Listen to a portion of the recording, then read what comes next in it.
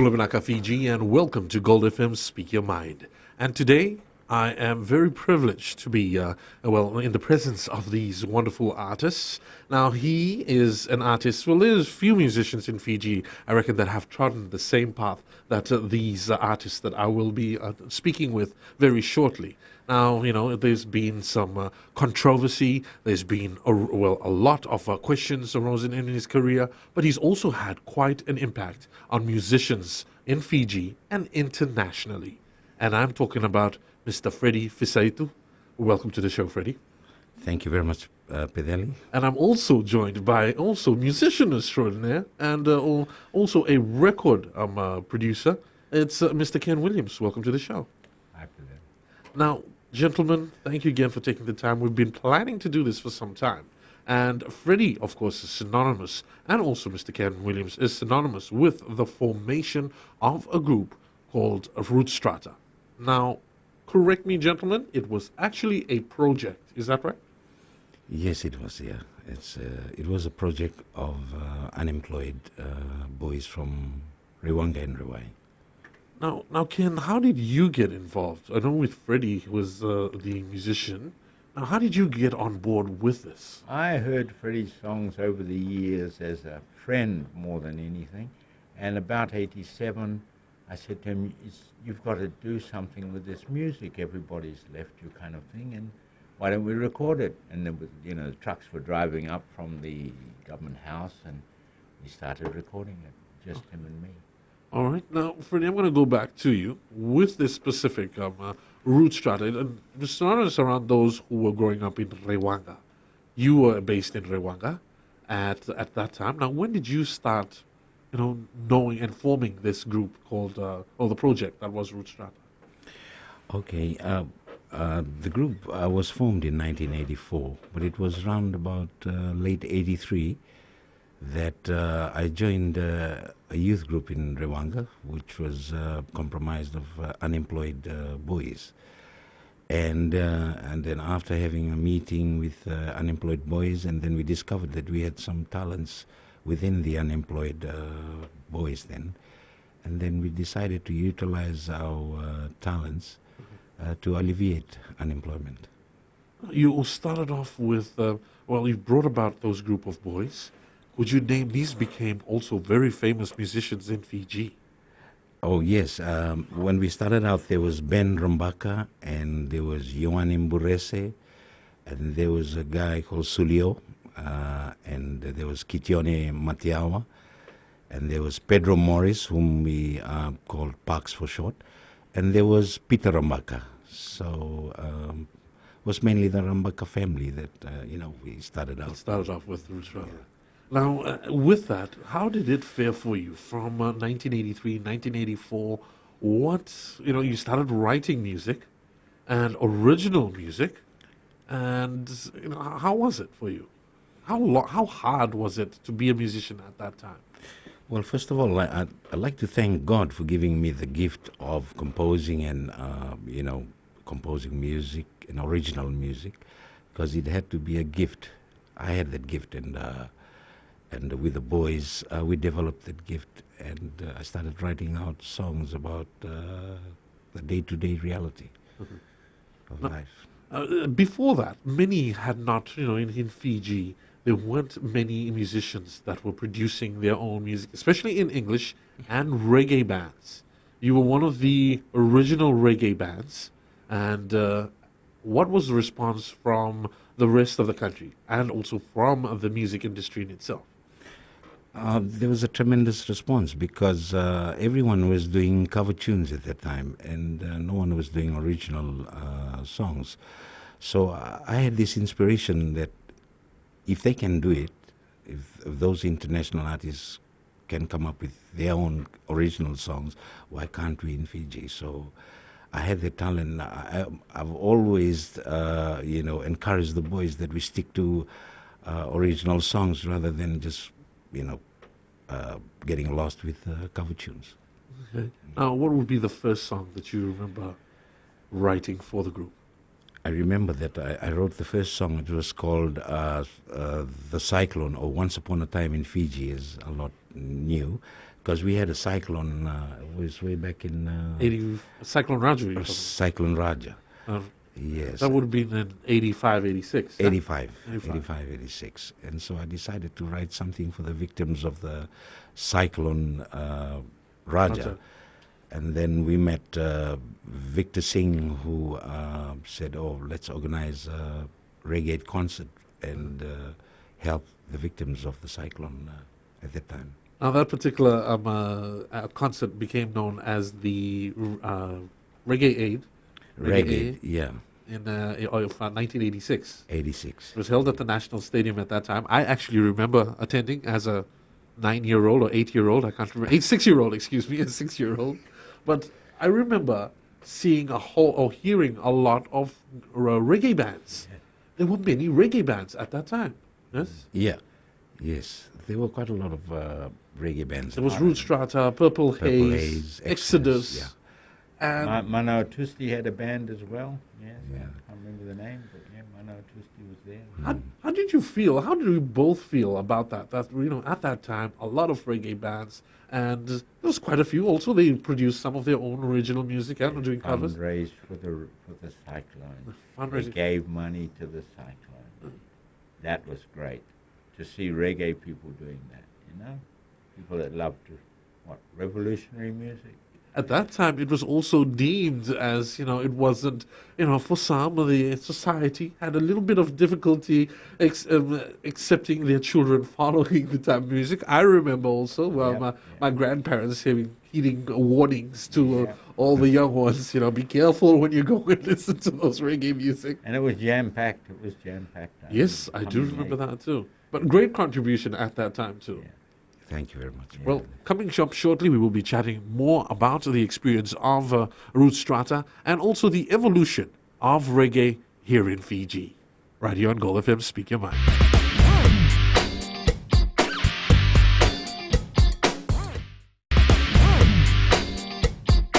Welcome back to Gold FM, Speak Your Mind, and I'm honored to be talking to one of the artists that we actually play their music right here on Gold FM. Root Strata's band leader and also the man behind all the music, Freddie Fasetu, and also joined by recording engineer Mr. Ken Williams, who's also been working with Root Strata for many years. Now, let's get to the time when you actually had started recording songs and then it was released on radio. Is that how it worked out for you? First, just individual songs at that time, yeah? Yes, we had about 10 songs, and by the time Ken Williams was interested with original music, because there was nothing else he was doing but apart from original songs.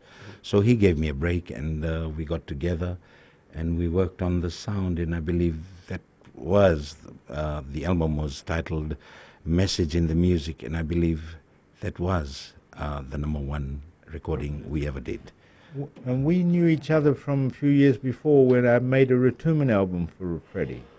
Good. And so we'd worked many hours in the studio together on that Ratuman tape, beautiful tape. And so when he wanted to do the reggae music, I said to him, yeah, let's go ahead before these machines break down completely. There was a particular song from that. What was the recording in Ratuman called? That first one. Automoto Helava. Automoto Helava. Which you constantly continue to also perform in Yes. your Yes. live. And it also became quite popular too Yes, it because did. of that. Yeah? Yes, yes. Now, with that sort of, that was the way the industry worked at that time. You recorded and then released them on the air, on different radio stations.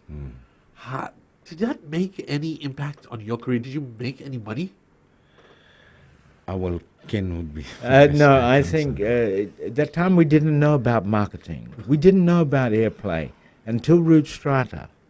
And we put the songs and people started to ring in. Then we realized, and we sold some pieces to Morris Hesham's. We made a little bit of money, paid the royalty, and we stopped there. So when you first started, it wasn't about the money, right? No, it wasn't about the money. It was really about the music. Yeah, it was about the music and our commitment to the struggle of the unemployed people. And you have to understand that when we started out with these original members. But as we went along, because from the beginning, the band was supposed to be a band where those who have talents we just keep changing. These ones, they come and then they go out and look for other works, and then the new lot come. But I had to be there because the songs were mine, and I had to train whoever came. You were the driver behind the whole driver process. behind the whole thing, yeah. And now, with that, how did you feel, look after yourself, your family, with all that? Were you able to make any money to support yourselves and the musicians themselves who were in the band at that time? Yes, we did, because we were different from other bands, because we went out and printed our own tickets, and we put out our own posters, and we did our own promotion. And basically, the money from the door, we shared it amongst everyone, and we survived like that. And we just moved. We thought about using picture theatres because the videotapes came in. And everybody was at home watching the videotapes. So the picture theatres went empty. So we hired a picture theatre, Raiwanga B, full house, That's 750 seats, $1 each. How many of those performances do you remember having to do? I only did the first one Just with the him. first He one. went on to do many more. But I mean, out of 750 seats, it was only $550 earned because it's 200 in free. Can't stop that. It's reggae. And because we had that inspiration, to do original music, everything we did was original. Like we did our own promotion, we sold our own tickets, we booked the venues, because we believed that our music could draw people and we can survive from it. And you also said it was there to help the youths who are unemployed, so it gave them also something to do and drive towards. Exactly, because that was the objective from the beginning. Yes. How did you feel like about when the artists move on to other things, that they went and managed some perhaps successful careers? Did that, was there a great relationship that continued afterwards with some of these artists? Yes, I'm proud of them, because everywhere they went, they were like, other musicians were looking up to them as leaders, because they knew about original music, and they developed music with us, and then whatever they learned, they can share with whichever band they join. You say that there were constant changes also within the members of the band. Did that bring about any change in the sound of the band? No, not really, because I had the music the with control. me, and then I just maintain it right through. Whoever comes in, the drummer, or we just follow the same pattern. And they had to learn and develop that skill that the other drummer had, or the other bass guitarist have, and then if it sounded correct to me, we were moving. Right. We'll jump straight to when you recorded your first album. It wasn't recorded here. It was recorded here? Right up on Dackenbar Denison Road. Road. It was Denison Road. Yeah. home recording. It was a home recording? Yeah. In a wooden house. Okay, with so... army trucks going past. And that was around 1987. 87. We did the first part when the coup was on, and we finished the vocals in FM 96 a year later almost. Now, that was so one whole year of putting together that record. Released afterwards, what was the response like? Well, to give an example, almost every song that we put on here, it went up the charts to #1, and it was competing with international songs. So overwhelming. So that was a great response from. We saw the line in front of Morris Estrom's when they divide. There was a line out of the shop, right from the back of the shop down to the car park. I was part of that line. Buy a copy. And now, with the message in the music, how did you make any profit for the We band? paid the boys a royalty, and it was pretty much the kind of let Freddie go on with his life. I was in a different world, So we didn't really chase it. We just put it out and paid the boys, and then we realized that, the pirates are going to get in, so we just stopped there. So many, and that's the other thing, piracy. Piracy. Yes. Piracy was a great hindrance to also many of the other artists, but especially with Root Strata. How did you feel? How do you feel about the whole issue of piracy in Fiji? Well, back in those days, we were dealing with cassettes. It wasn't that bad. Like now, we've gone online and we've got internet and all that. But in those days, there was piracy, but not as much as what we are experiencing now. You had to physically do it. You had to physically record it. Yeah. And you had to have a machine that could do a number of cassettes. Today, you can just put it in a burner and do whack 12 in one shot, or download it to USB sticks and pass it around. I mean, it's very easy now. You wrote how many songs for the first album? I wrote 10 songs. for 10 the songs. First album. And how many songs altogether were in that particular 10? 10. 10, all 10. 10 So you wrote all 10 of the songs. Yes. Would you say how long did it take the process for that songwriting, or had it been done years before and it's just compiled together in that album? Well, some of it was, like 1-2 years before then. But like I said, I've got this gift from God. I can write a song within hours Yeah. and then, compose it, and we're ready to. He's telling you the truth there. I've seen it done. Now, there were many issues that you took on. You said that you write about issues that affect you and Fiji at that time. And this included unemployment. And, Yes. and Lament was also went on to be re-recorded by George Fiji Rekosa, who at one point was also part of Root Strata. Right? Yeah. Yes, Yes. his Yes. first hit was Young Generation. And He Young sung it. Generation? Yeah, he sung the first version. Is that so? And he was only 16. He was 16 years old Yes. when he sang the first version. Yeah. Yes. Young Generation was quite a song that also announced the different. It had a little bit of more edge to it than other what would you, traditional reggae songs. Yes, Yeah, because it it was more had of a pop song. Yes. it had a rock feel. as It had a well. rock feel as Yeah. well. And up until now, we still play it here on Gold FM, but it still resonates with a lot of people. Mm. Did you think that it would have that kind of impact? Well, I was positive about it because prior to writing songs, I was traveling everywhere in the world representing international youth conferences and all that, where they deal with day-to-day living. And so whatever song I wrote, I knew that it was common with the whole world, because I had learned that whatever we're going through here, there are brothers everywhere in the world, they're going through the same. So unemployment is an issue. It's an international issue where, all the problems with unemployment, and I was singing about this, and I knew it was going to be a hit because people can feel what I'm singing about. And we've got 44,000 unemployed here in Fiji, and that's what this is all about. To do something for unemployment, to inspire young people and possibly help them get started. Well, the message is definitely in the music. We will continue right after this short break with Root Strata on Gold FM Speak Your Mind.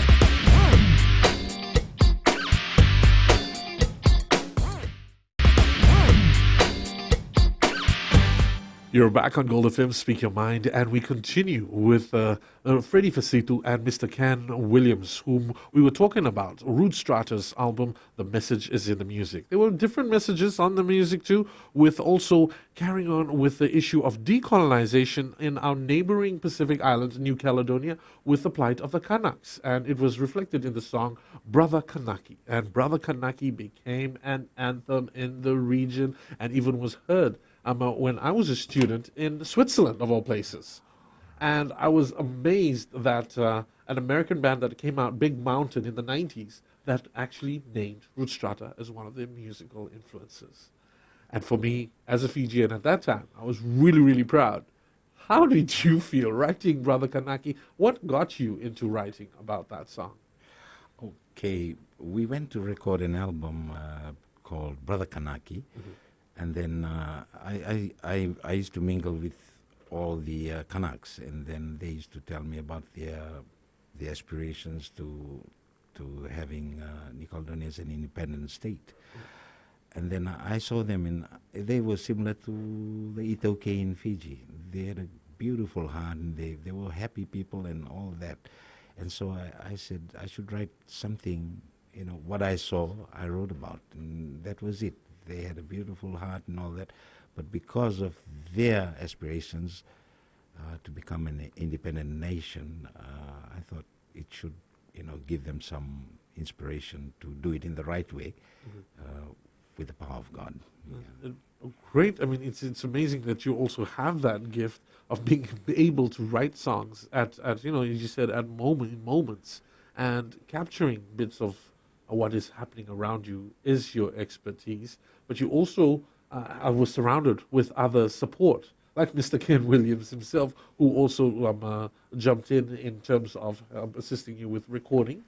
And how did you get to go to, you went and recorded in New Caledonia? Yes. Yeah? Yeah. And that particular album was Brother Kanaki. Yes. how did you get around to get that? I mean, how did Root Strata manage to get a recording contract in New Caledonia? Yeah, well, thanks to Ken, because of that album, Message in the Music, it opened the doors, in the Pacific region, like New Caledonia. I went through because of that recording we did with Ken. And I'm really grateful, to Ken, because he gave me a break in those years. Never I, knew about studio and how we go about doing things in a studio. And he gave me that break, and I'm really honored, that Ken gave me that break. And up until today, that album is one of the best I ever did. Yeah. It's interesting, Ken, that you actually mentioned that at that time you didn't feel you wanted to just help, and you wanted to just help with the music. No, it was original music. I Original wouldn't music. touch cover tunes. I wouldn't touch anybody that was doing cover songs from somebody else. Mhm. It was because he had original songs. That was what music was about for me, to make something new. You know, You for know? for many, they'd find difficulty understanding that because they're constantly looking for what can they get back from it. Was there? This was not about the money. This was never about the money. This was about his aspirations. I met his friends. I used to keep on bumping into them and himself and playing guitar here or there. And I just liked the melodies. I thought he had an opportunity to do something. In the end, I had to argue with him and almost force him to do it. Come on, let's do it, Really. Now, what was the music industry, Fiji music industry, like at that time? Was it responsive to the rise of Root Strata, or how did you feel, with response from everyone? I think we felt whenever we walked in the street that we couldn't walk more than 100 yards without somebody stopping and talking to Freddie. He became a star overnight.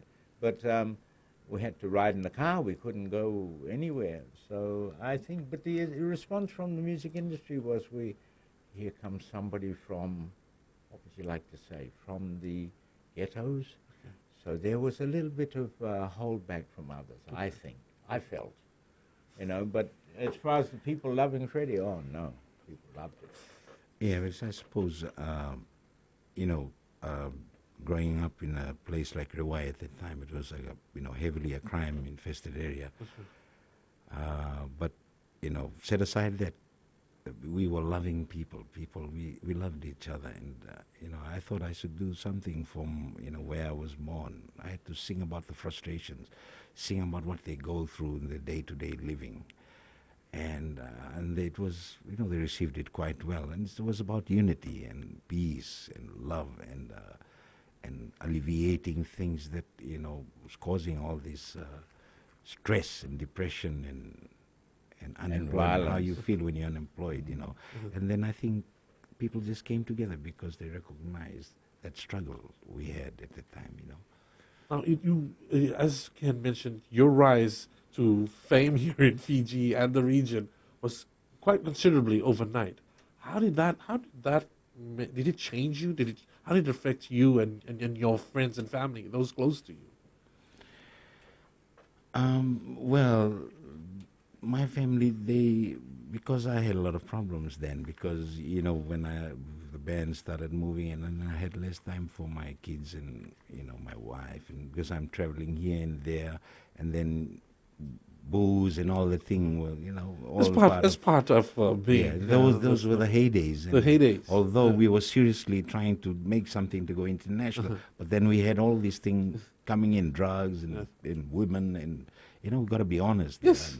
Yes. And it slowed me down a bit, and I guess I matured a bit, and I thought that I wasn't responsible for my kids and stuff, so I just decided to back off and just get my family unit together. So all these years I left music. I was trying to look after I'm a grandfather now, so I had to get this thing, organized first before I can start going in Wahoo. Understandably so. It's Yeah. been 3 decades for you in the industry. Does it feel that way for both of you? No. Seems You like don't yesterday. feel any older than we did then, I'll be honest with you. So I you- still walk miles and I still got a laughter in my heart.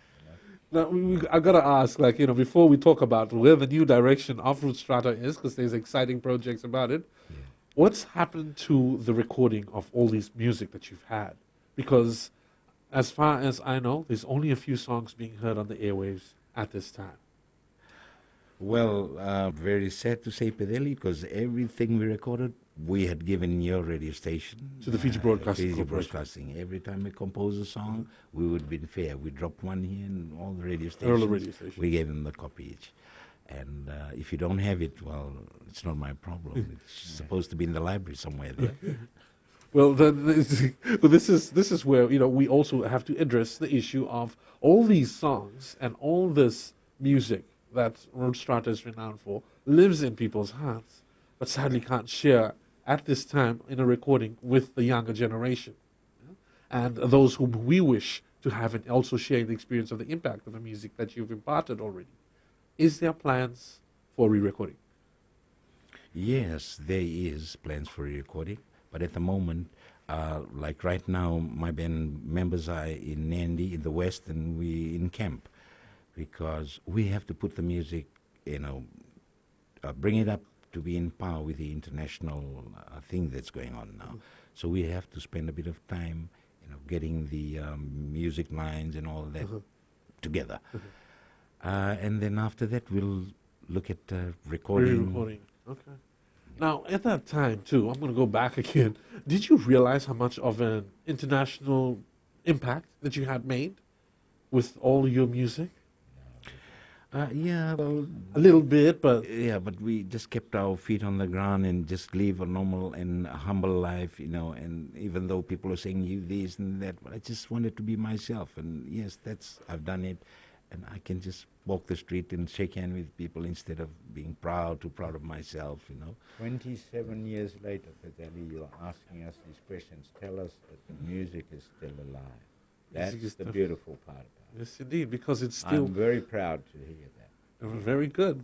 Because coming up after this short break, we will also talk about there's been a lot of transitions for you too, and also the future. What is in store for Root Strata? Plus also a performance that you're also going to be. We're all keen to hear a little bit more about this week.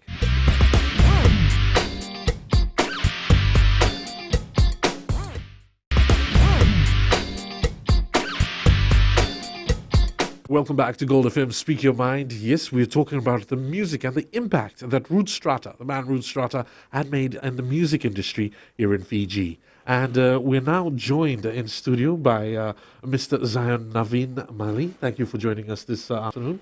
Good afternoon. And, well, just before we have a chat about the new direction of, the direction that Root Strata heads towards, I'm going to talk about the transitional period, Freddie, what you also made, personally and spiritually.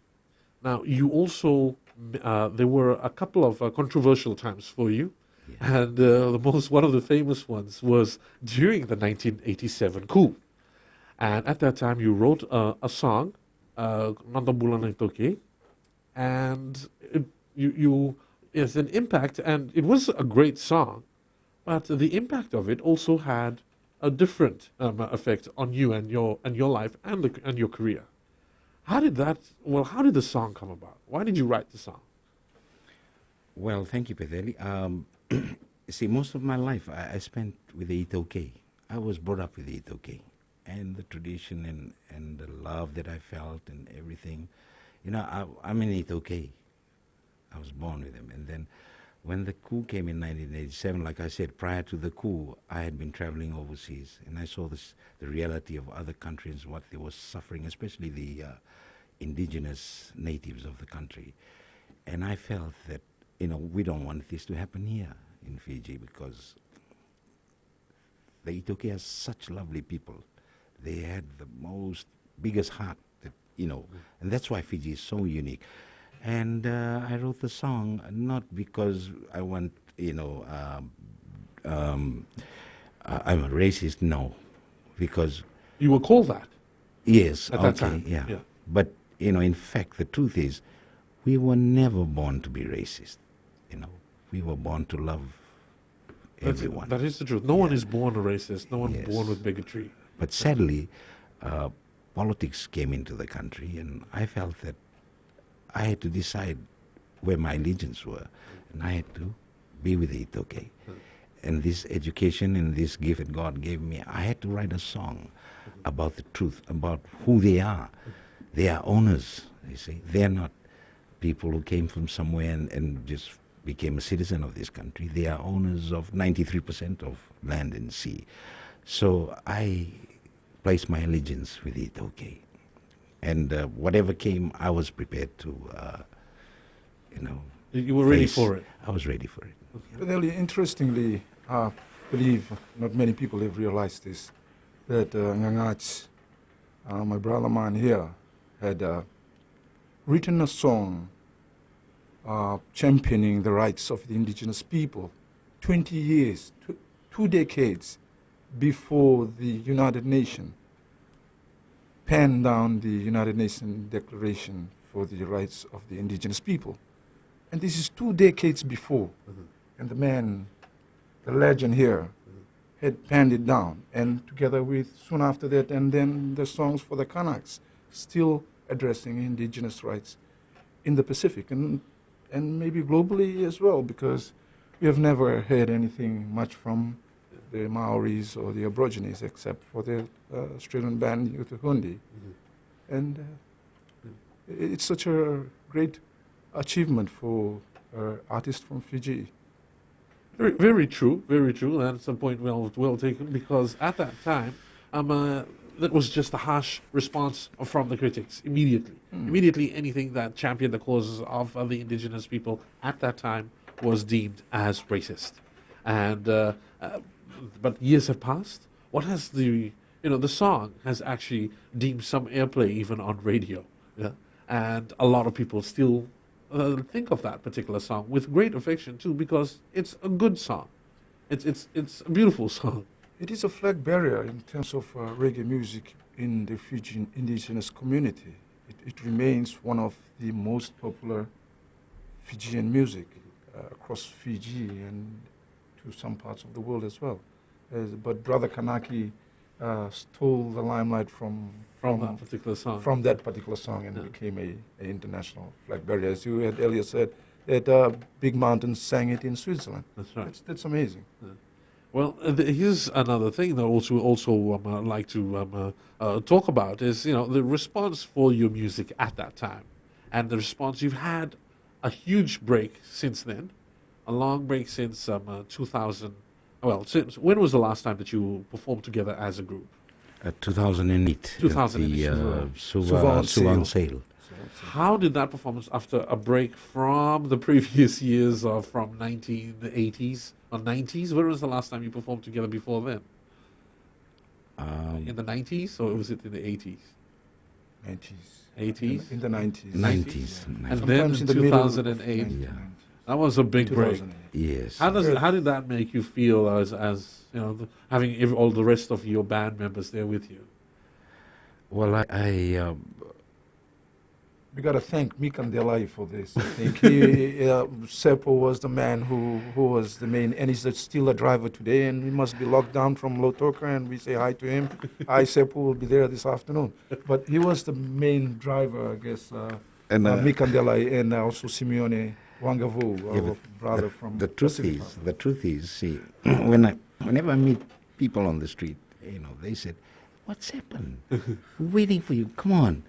Why get the band together? We are sick and tired of all this music program." They just said, "We want to see live music."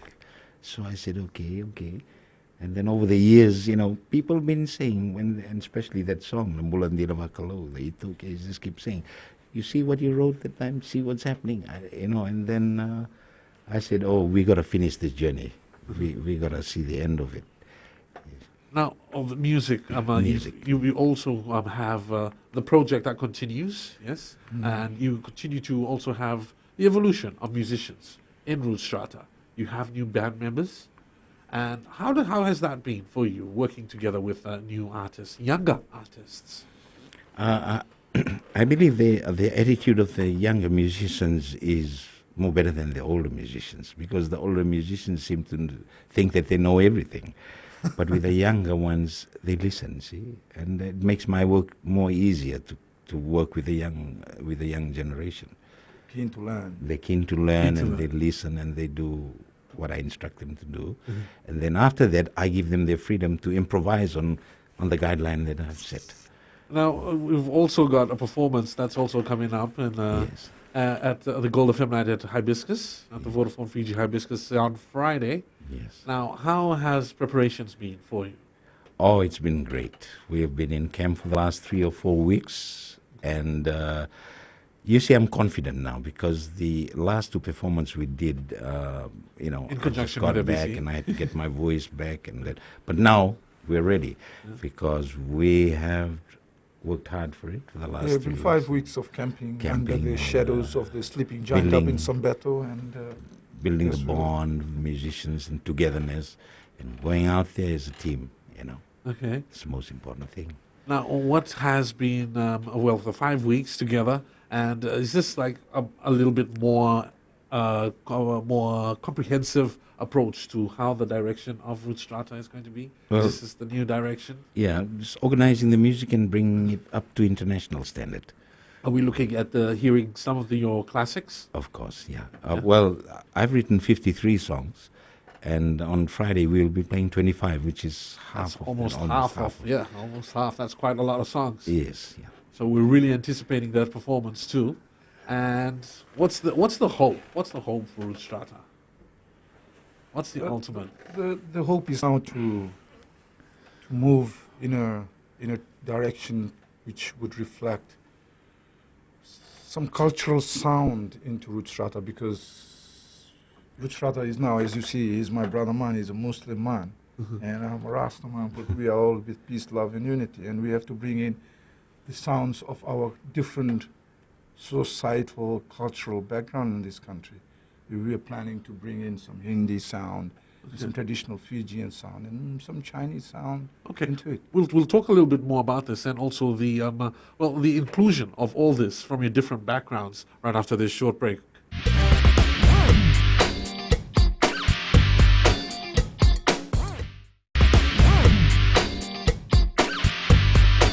You're back on Gold FM Speak Your Mind, and we're speaking, about Root Strata, the direction. And just before the break, we talked about, the differences in the band manager and, of course, Freddie. Now, you said just before we went on the break, Mr. Naveen, that you are of a different religious background, and he is too. But we have all the same. We're all the same God. And that's what I'm going to now just ask you very quickly before we run out of time again, is you made that also a transition in terms of religion and moving through that has also copped a lot of critics and also a lot of controversy. That is from your switch from into converting into Islam and then converting to Christianity and now Islam. Well, let's put it this way. I'm exercising my democratic right. Absolutely. Absolutely. And you have every right to do so. Yeah, well, we're always searching for the truth, and I was born into what my father was following, and I had to make my own decisions and searching for the truth. I studied and I learned about the differences between what my father believed in and because it's always traditional. When you're born into a family wherever your dad and your family go, everyone just follow the line. But I had to be free. I had to decide for myself which religion I'm going to follow. And then I thank Allah for that, because I read the Quran and everything, and I believe that Islam is the religion for me, and it has helped me. Since I came into Islam, I just left all the things that I used to do before, cigarette and drugs and all that, for a couple of years, and I saw that my health changed and my looks changed, and not only that, but that's my choice. It's your choice. My dad made his choice, my mom and them, and I had to make my choice. So I don't see anything wrong with becoming a Muslim. Now, reggae music is about peace and love. Peace and love and unity. And unity. And that's been the core principles of Root Strata, right? Root from the Strata, beginning. yeah. People have had a wrong perception of Root Strata because perhaps maybe the background as they had earlier spoken. But if you listen carefully to the lyrics of the Root Strata, of the songs that Garage has written, it sings about peace, love, and unity, and nothing more. There is mention of government, but government and the people are two different entities altogether. You got to separate them always, because the people are the people, and the government is the government, and the government cannot be the people always. So there is this difference there, which he always has pointed out, because the struggle of the people is not the struggle of a government. It should be. But it should be, but it's not always is. So the Roots Charter has always called for peace and love among the people, because what happens in Parliament should not spill on the street. People should not hate any other race for any other reason, and should embrace in peace and love and unity. That's all the music is all about, and that is the direction of the Roots Charter into the future, while we develop musically and in terms of getting Roots Charter into commercial business. And is that the direction also that you now take, a little bit more of a commercial approach? Yes, Awareness at least? we are planning to develop a brand that would stem out of the music of the Roots Charter, which we may not be able to disclose fully right now. And we are branching out because of our piracy that they have earlier addressed. There's no way we can control piracy of music in this country. Very difficult, as they had earlier elaborated on that. Computers, yeah. Yes, so Roots Charter will be branching out on commercial business that would be a spin-off of the music, actually. Now, before we wrap up the show, because we seem to be running out of time, is there any other particular message that you'd like to put to your fans and also to just Fiji in general about music, and also what you feel the direction of how we are as a music-loving country should be headed? Well, all I want to say is, firstly, I want to thank God, and I want to tell the nation that I'm a son of Fiji, and I need their support. Yeah. I can't make it on my own. And yes, like he said, we're just going to continue preaching about peace, love, and unity for all. That is the message from the Roots Charter: peace, love, and unity. No matter what happens, whatever they do in Parliament or wherever they do, but we as the people, as brothers and sisters, as we are trying to portray that peace, love, and unity is the only way for Fiji and nowhere else. And that is it. And we all urge you to come on Friday and watch the Roots Man come back on stage. Yes. Be there. Yes, I'm ready now. Thank you very much for taking the time to come for this interview.